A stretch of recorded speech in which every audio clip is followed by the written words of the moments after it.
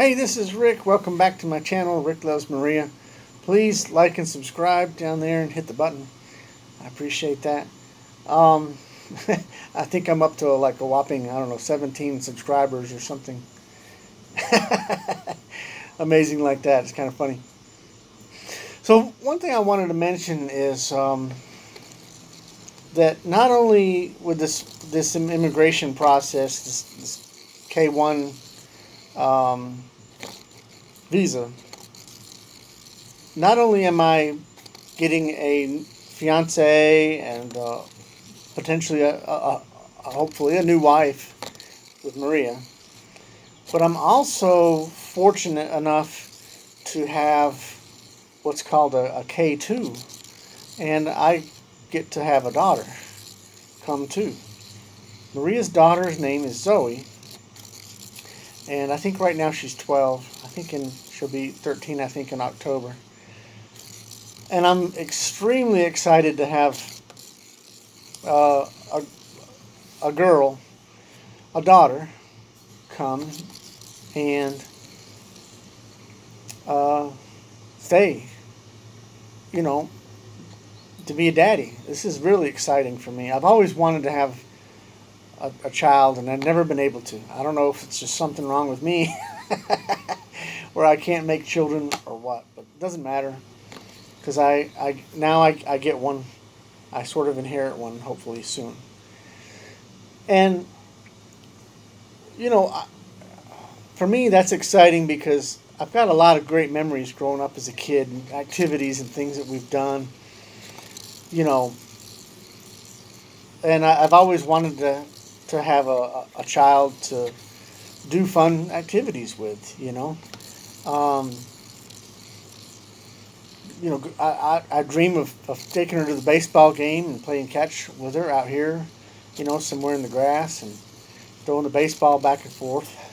I dream of, you know, uh, all the cute dress outfits and stuff that I can hopefully, you know, help her get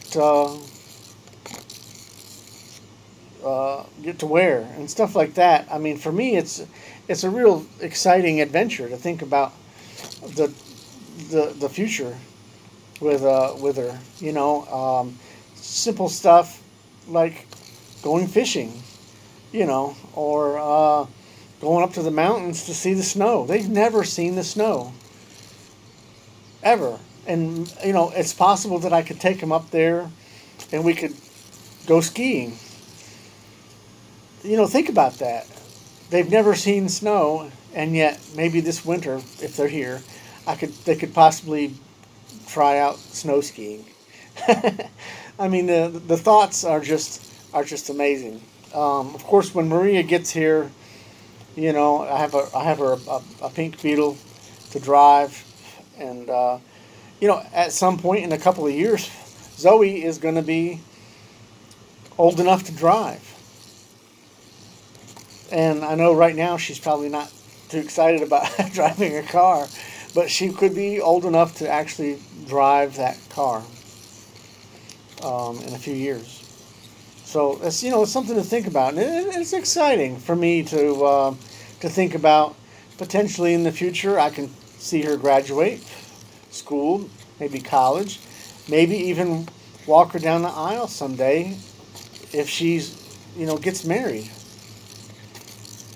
You know, and so it's I have so much exciting life to look forward to with her, and it may really motivates me to want to do anything that I can to try to help her out, you know, and give her a life, a good life, you know, help her get a good education so she can fulfill her dreams. So um, I kind of like that, you know. That makes me feel good, um, like a real man. Um, my grandfather, by the way, Stanley Presnell, he after World War II, he married my grandmother, and she had 3 children by another man. He married her, and they had a 4th child, my Aunt Mary Jane. My father, Vicky, his older sister Barbara, his younger sister Sandra. They were from a previous father who wasn't there in their children's lives. So there's, you know, it's not every man who would do such a thing.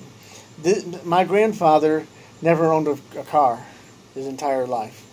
He took care of this woman and her 3 children, and worked in the mine for Pfizer for 30 years and left her a decent pension. Those kids went to school and college, and they did okay for themselves. And so you think about the kind of Americans that fought the war, and they don't make men like that anymore. And that kind of speaks to me, And what I think I've tried to learn from my grandfather is, you don't have to have a big, fast car. Okay, at one time I thought it would be cool to own a Corvette. Now I have no interest in trying to get up and down, in and out of a freaking Corvette. You can't haul much groceries in it. You surely can't haul any kids in the back. Now, as I get older, my priorities kind of change, and I can see where I would rather have something like an SUV or a minivan instead of a fast sports car. Isn't it funny how your priorities change over time in life, and you see things from a different perspective than you did when you were, 18, 21. When I was 18 and 21, I thought Magnum PI was the coolest thing with his red Ferrari. Well, it wasn't his anyway, but I thought, wow, someday maybe I can have a Ferrari someday. Well, I don't. If you ever had to maintain one of those damn things, you wouldn't want to have nothing to do with the expense of it on your wallet, let me tell you.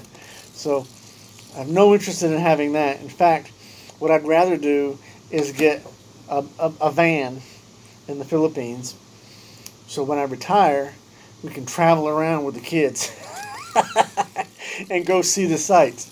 Okay, go visit different beaches, get on the Roros and go from one island to the other. And that's kind of a dream now, to be able to spend more time with the kids and the family. So I think it's an interesting perspective in how age changes you, and how I'm really going to appreciate these children. Not only Zoe, Maria's daughter, but the grandchildren as well. Whenever we can get back to the Philippines, I really enjoy spending time with Chantal, Timmy, and Yan Yan as well. And, there's other family over there as well. Ashley, another girl that's there. So I really am looking forward to spending more time over there with them and doing more activities. Anyway, that's what I had to talk about. And, I just look forward to it, and look, like it's really going to make our future, I think, very happy to watch these kids grow up and become, wonderful young women. I hope I can be a good, positive role model and part of their lives. All right. Hey, thanks for watching. Please like and subscribe, and I'll see you next time. I think I might do a little review tour of the Beetle. I think more people are interested in the Beetle than they are me. Thanks. Bye.